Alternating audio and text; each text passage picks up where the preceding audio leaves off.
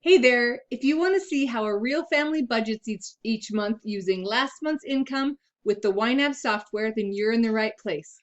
I'm Stephanie from sixfiguresunder.com, where I make our family's personal finances public. Each month I share what we earned, what we spent, what we saved, what we paid in toward our big goal, share all those numbers transparently. So if you could use some frugal inspiration and financial motivation to help you pay off debt and reach your financial goals, just click subscribe and you won't miss a video. Okay, before we jump right into all the numbers, let me give you a quick little background. We live on last month's income. So the money that we earned this month goes to next month to pay for next month's expenses. And the money that we spent this month in July was money that we earned in June. I have a whole video talking about how we got a month ahead and how you can get a month ahead. I'll link that up at the top and down in the description. Okay, welcome to our YNAB budget. Let me walk you through what we spent and earned in July. So we'll come back to this. This is what we earned in July. I'll explain that all to you in a minute. Let's start with spending first. So the first thing we do is pay tithing. This is way higher than normal because our June income was, double what we normally bring in a month. And the way we work our budget is that we live on last month's income. So all the spending that we're doing now comes from our income in June, which, like I said, was way higher than normal. So our tithing is 10%. Fast offering is another donation we make. This is our normal mortgage payment. This is for a 15-year mortgage for our house. This covers principal, interest, taxes, what else? Homeowners insurance, a little bit of PMI. So this is our normal payment. Car insurance, right now we have 3 cars on our car insurance. We still have our van. We bought a new van, new to us van, and we haven't sold the other one yet. This is our electricity, $334.54. Our internet, I should tell you too, the electricity covers our normal family residence and then our 1-bedroom Airbnb that we rent out, which is, on our same property here. If you're curious how we do our Airbnb finances, I just wrote a blog post a couple weeks ago giving all the details on that, so I won't go into that here. Internet for us and the rental is $70, and you're gonna look at this and say, what's going on here? That we used up our 2-year intro plan or something like that, and so they charged us $85.60. But then my husband got back with them and said, wait a second. And so anyway, they're changing it to a different plan that's more like this price. So I just carry this negative balance over because they're going to refund it to us. So I'll just watch this next month and make sure that it all gets worked out. But because we're a month ahead and we've got a month's worth of buffer there, I'm not worried about, overdraft or anything with this $15 of overspending there. Water was higher than usual this month. We normally allocate $45 a month and our bill's around $90. This time our bill came out to be $118. We'd set $45 last month aside for this bill, and so we had to pull out $73 this month to meet the regular bill. So when I budget for next month, since the water's been higher, I think I'll probably budget 55 or 60 for this, to see how that goes. Trash is another one that comes out every other month. So I put $35 this month, I'll put $35 next month, and the bill will be next month. It'll be about $70. My cell phone, I was thinking it was a $25 plan, but it's actually a $20 plan with like $2 of tax. And that's, I think, for a gigabyte of data, and which is plenty for me because I'm usually on Wi-Fi, but it's a great plan. I'll give a link to it in the description below. Our home phone, we have an UMA home phone because my husband works at home a lot. So those are our monthly bills. our everyday expenses, these are the ones that are more variable. For example, food. We usually set $400 a month for our grocery budget for our family of 7, which I know is low, but this month we went over it. No excuses. I don't know. We bought more meat this month, kind of stocked up on meat. We had people over. Just more summer spending. Okay, fuel. So when that happens, when we overspend, we take money from other categories to fund that. Sometimes that means taking money that we're going to put toward our goal to take care of the overspending. Sometimes it means taking from other categories. However we do it, we somehow have to cover that expense. And then the opposite happens too. Like we have $450 set aside for gas, but we only spent $367.07. So I'm going to show you what I do here. I'm going to click on this. This has $82.93 available in this category. So I'm going to move $82.93 because at the end of the month, we zero out these categories here. So I'm going to send it right down to our, I could type this in, but I'm just going to scroll here, down to our mortgage extra, our big goal that we're working on. So I'll just do that, and then it will change the amount budgeted to the amount I spent, and then zero that out, and then that amount of money went down to that other category, which we'll see in a minute. Same with household expenses. I had budgeted 140. I think I had actually budgeted like 200, but I borrowed some of that, took some of that to, cover overages elsewhere. But we ended up with $868 left, so I'm going to do the same thing here. I'm just going to move that to the mortgage extra category. Let's see, clothing, we spent $158, which is more than normal, but I got some more dress clothes for my husband. Got some training underwear for my almost 2-year-old who's potty training right now. We got some clearance at Walmart, and we went to the thrift store. Let's see, animals, we spent more than $75, but I don't know if you can see. Let's see, hold on. If I scroll up, then you can see. There we go.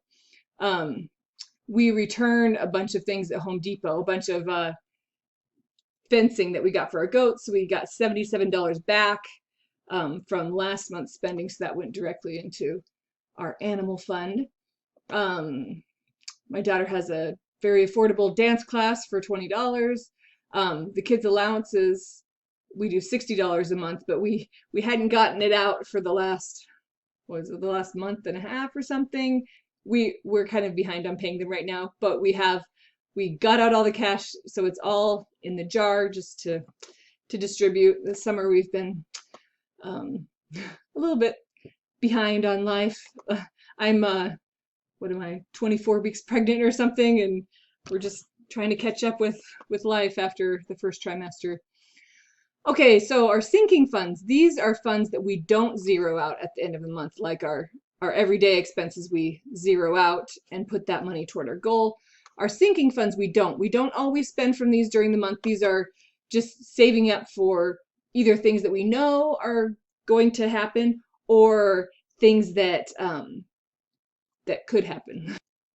So you notice I didn't talk about health insurance specifically. That comes out of my husband's paycheck, so that's before we even get the money, get his paycheck, that's taken out. But we do have a deductible. It's a higher deductible, one of the highest ones of the plans that were available. And we're having a baby this year, so we're going to need this. So we put $400 a month toward our medical dental fund, and we use this for, if we need medicines, if we have co-pays, anything like that comes out of here. We didn't have any expenses this month, though we did have an emergency room visit, so we'll be having something in this category coming soon. Car repair, we drive older vehicles, and so car repairs come up, but we put $300 a month toward this fund. Right now it has $2,054 in it. just waiting for our next car repair. Christmas, we put $100 a month. This is not just for gifts, but anything related to Christmas. We have a big gathering, a big Christmas carol sing along at our house, and we get food for that. We you know, when we mail gifts, anything like that comes out of Christmas. This month, we actually spent more than $100, so that takes out of our fund. But these were some gifts I found that were great price, things that I knew that I wanted to get, and I just snagged them, and so we won't have to do a lot of last minute Christmas shopping because we're doing it along the way. Life insurance. So we normally put $75 a month toward life insurance so that when it comes due, which is I think in November, we'll have the whole amount here. But back in February, we didn't fund our sinking funds in February because our January income was lower, or for whatever reason we didn't have the money for all of our sinking funds. And a lot of them, you know, it doesn't really matter if we miss a month. But this is one where we're saving a specific amount, so I wanted to make up for that. And since we had a high income in June, had more income to spend in July, I went ahead and caught that one up to what it should be. So 150 instead of 75. Gifts and birthday, you know, birthday, I mean like if we have a birthday party for our kids, and then if we need gifts for a wedding, a baby shower, a kid's birthday party, whatever, that comes out of this fund. And this month, my son went to a birthday party, and that's what that's for. So right now we have $234 remaining in this category. Registration, car registration, and smog, we put $40 a month toward that. Right now we have $303. Didn't spend any this month. Our family fun fund, we used to call it the kids fun fund. This was when the kids would collect bottles. In California, you get money for collecting bottles and recycling them. And so that's how we started. But then once we started the Ohm Connect program, we earned quite a bit of money with that. In the summer, it's extra high, like $100 a month. This month, let's see, this month we earned, oh, you can see that my face is in the way, $110 with Ohm Connect this month. But we're also going to Six Flags, and so we bought our Six Flags tickets using the Family Fun Fund, and that was $142. That's just for 3 of us because 3 of our kids did the Read to Succeed program where you get free Six Flags tickets if you read for, I don't know, 6 hours. It was something that was really not difficult to do for our kids, but I think it's kindergarten through 6th grade can do the program. So they earned their Six Flags tickets, and we bought them for the rest of the family, and we'll be going later this week, or yeah, this week. So that came out, you know, looks like only $31 came out, but that's because we earned 110 with Ohm Connect. I'll put a link up here in the corner and down in the description for a video that I did about Ohm Connect. It's a really great way to earn some extra money if you are in Texas or California, and I think some parts of Canada. Okay, anyway, home projects. We haven't funded this one forever. We just had, I don't know, $700 sitting in here for a long time. But this month we actually did a couple projects. My husband bought some paint, and we painted our dining room. And I bought some blackout fabric to put in some of our rooms to do a curtain behind the regular curtain, to help keep out the heat and the sun so that we can keep our house cooler. So that's $145 spent out of that category, that sinking fund. We put $125 a month toward our kids' 529s, $25 per kid. It's not very much, but we're doing something. $500 a month will max out my Roth IRA. $90 a month goes toward our tax planning and preparation. Rental expenses. So most of our rental expenses, well, I told you I have a whole post about Airbnb expenses, so I won't get into that, but this $12.99 is for Netflix, which is one of our rental expenses. And so I take that out of our what we earned this month, which I'll show you in just a second.